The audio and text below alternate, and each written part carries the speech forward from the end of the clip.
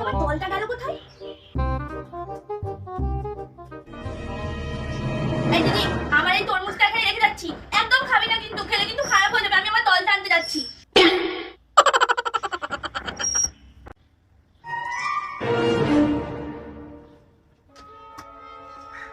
কত সুন্দর লাল লাল তরমুজ।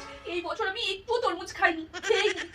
কিন্তু বুনু যদি এসে কিছু বলে, যা বলবে বলবে, এখন তো খেয়ে নি।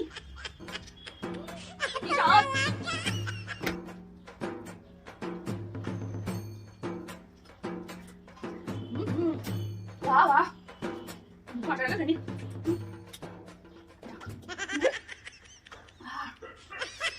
মজা লাগলো। তুই আমার তরমুজ খেয়ে নিয়েছিস দিদি।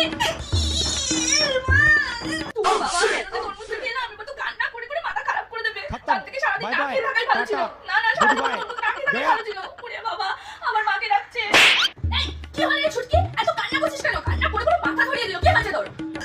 দিদি তরমুজ খেয়ে নিয়েছে। তো দিদি খেয়েছে তো কি হয়েছে? ওটা তো ওরই তরমুজ ছিল।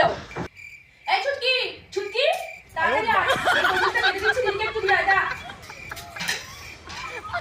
ধর।